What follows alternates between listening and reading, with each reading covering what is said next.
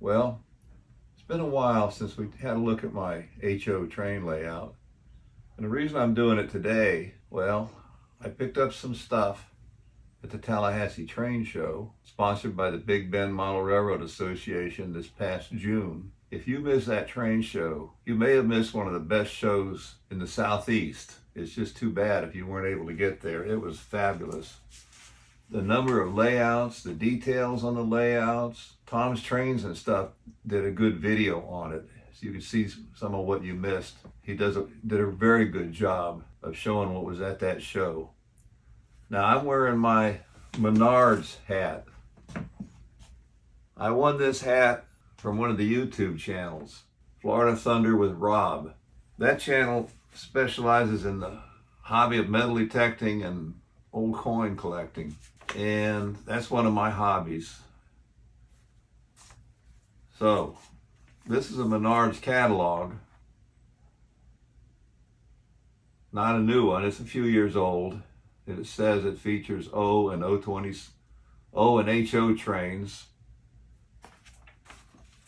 These trains tend to be, in my opinion, half or a third as expensive as most of the other models that are on the market. A lot of these freight cars can be had for $20 or less a piece. The buildings are really neat. As you can see from these pages here, this is just the first page, but you got all kinds of whimsy and fun. A lot of these buildings feature the German Shepherd, which seems to be the Menards mascot. They have a complete line of track and freight cars. They're just starting to branch out. They're working on a locomotive project, which I don't think is ready to be marketed just yet, but maybe soon. I'm not sure. You'll have to check with them. So, at the train show, I got about 12 Hiawatha cars. These are HO. Most of them were passenger cars of different types. You know, baggage, combine, RPO, sleeper, coach, observation. And at least half of them are illuminated, and most of them have interiors. Now, when I say illuminated, don't think that means much. I've tried to fine-tune the pickup system and everything. It's just not good. Sometimes you'll see the light go on in one. More often than not, you won't, especially when it's being pulled by a locomotive. As you can see, one says Hiawatha. The one that does not say Hiawatha more matches the passenger cars. Now, both of these have broken steps on them, which is frustrating. You can see on this one, the only step that's intact is that one. So I've been putting these little wire steps on. Thinking about cutting this one off and putting it on here, because the only thing that's wrong with this one, well, I take that back, it's this one down here. This one has the original steps except in this corner. Maybe I could put that one there, and then this one would have the original plastic steps. The trouble with these plastic steps, though, is they're so fragile. Now this one has wire steps on it too, and it matches the passenger car theme. Here's one of the passenger cars. You can see how well they match. Now, one of the problems with these things is the brake wheel sometimes is broken off. This one has the brake wheel. This one has the cast-on brake wheel.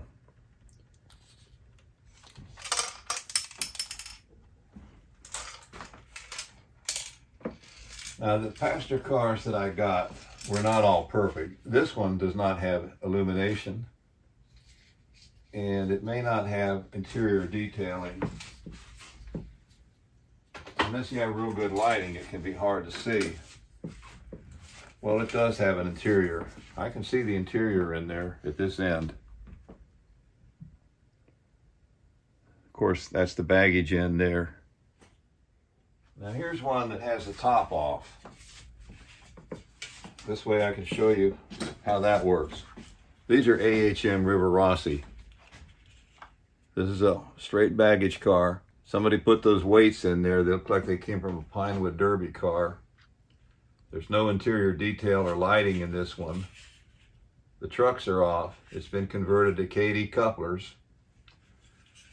There are 6 tabs, 3 on each side here. You have to kind of press these together to get the top off. It's not that easy as you would think. I've got the top off because I have to put new trucks on this. I have one truck right here. They're heavyweight trucks, but I don't like the plastic wheels. I've got to find wheels for this that are metal, and I have to find a second truck. I've been looking at what I have on hand, and I don't have a good heavyweight truck. This is not one. It's only got 4 wheels instead of 6.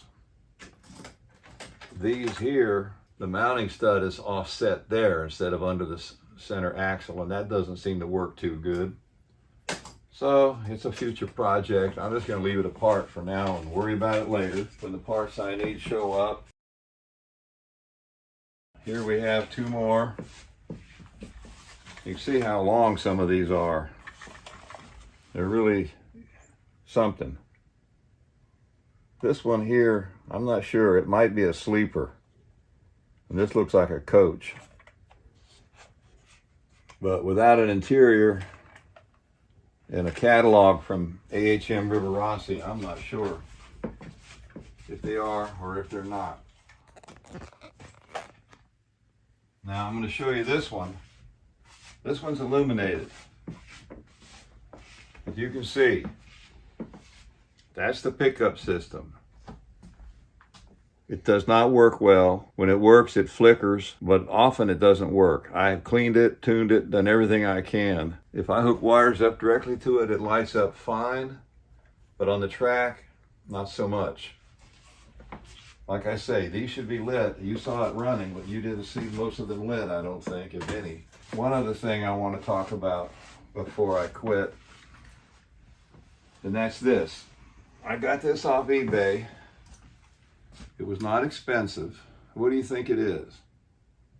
It says CB and LE number 102. It's a pretty neat little locomotive. It looks like somebody super detailed it. It has a windshield and wipers and little grab rails on the front that you can barely see. At the moment, the motor works, but it's not running. I'll tell you why. It's a rubber band drive. Now, why did I buy a rubber band drive? I bought a rubber band drive for reasons of sentimentality. You simply spread the sides and the cover pops right off. When I was in middle school, about 1957, I built my first HO train layout. And my 2 diesel locomotives were these old Ahearn rubber band drive diesels. One was the Florida East Coast, and the other was the Santa Fe freight colors.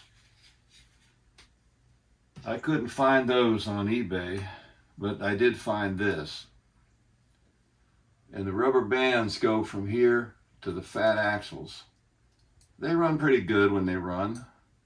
Every so often you have to take them apart and replace the rubber bands though. I tested this mechanism and it runs fine. I don't happen to have any rubber bands yet to put on it, but I'll get around to it. It has a dummy knuckle coupler at this end and it has a dummy knuckle at this end too. It's just bent back, so I thought it was broken, but it's there. It has to be remounted. It shouldn't be twisted back like that. You can see old rubber and stuff. All that has to be cleaned up. The pickups have to be cleaned up. But it's a fun little project. I'm very happy that I got it. There's no light bulb in it. Whoever super detailed it didn't do that, so I'll probably try to put a light bulb or something in it as well. I like it, and I'm glad I got it. And it was very inexpensive, especially for such a nice super detailed locomotive. What I'm wondering is if this is a custom paint job. I'm not sure. I can see that the black here looks like it was applied later. You can see the overspray, and you can see where it looks like brush marks or something back there. So it may be custom. it does look to me like it was spray painted and customed. One other thing before we quit, I'll plug it in and show you my Tyco US1 Trucking. Now how does this work? You see the switches?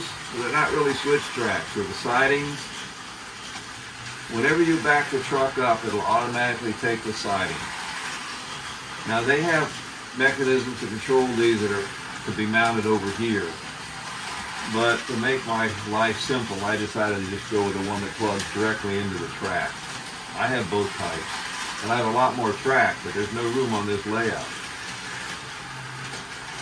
Now, we're going to take a look at this little crane in a minute. See if I can get this guy out of the way.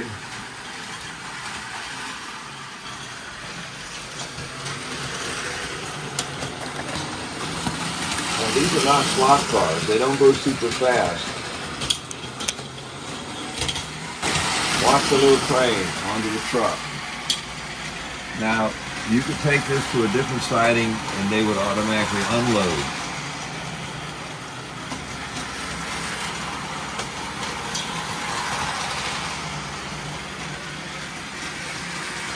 The axles on the truck are spinning.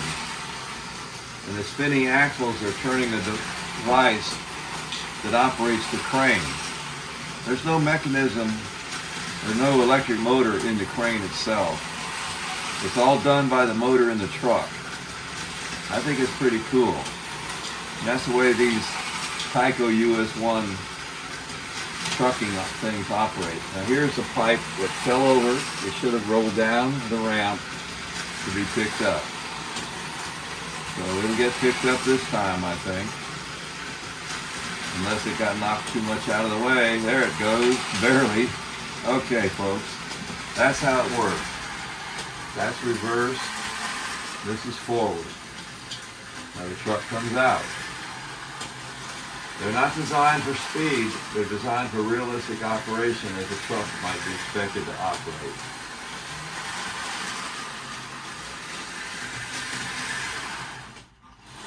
Watch this one take the... Well, there's no siding for this one because there's just no room on the outside of the circle. But what I want to say is one other thing about this layout. All these buildings are pretty much cast-offs, undesirables, things people didn't want. They give them to me. I restore them, clean them up, fix them up. This is one I fixed up a little bit. It wasn't perfect. It's a wooden...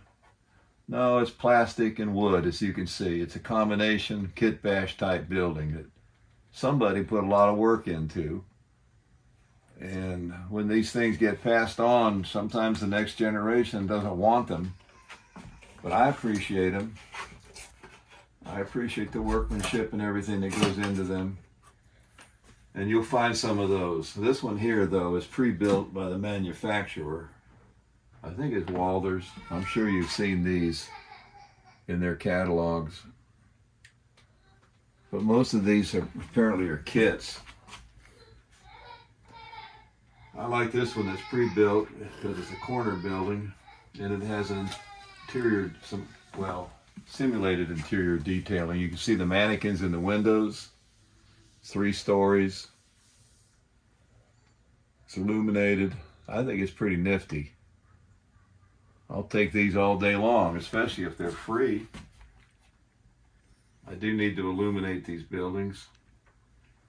But I consider this to be a temporary layout.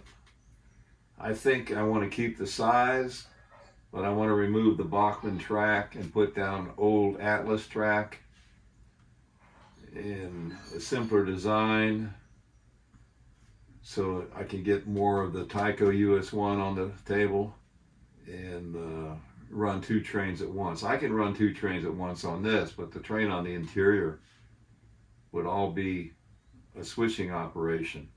I have 8 blocks right here, the block switches. 8 blocks for the block switches, and then these are the switch controllers for the switches themselves. And I used to do that with this, but I kind of lost interest in that. And it's more fun building a layout than it is operating a layout, in my opinion. Well, I thank Florida Thunder with Rob for the Menards hat. If you folks haven't been looking at the Menards products, I think you should. A lot of their freight cars are $20 and less. And they've got some pretty nifty cars. I think they're as good as the basic line L cars and a lot less expensive. So that's it for my HO train update. Thanks for watching.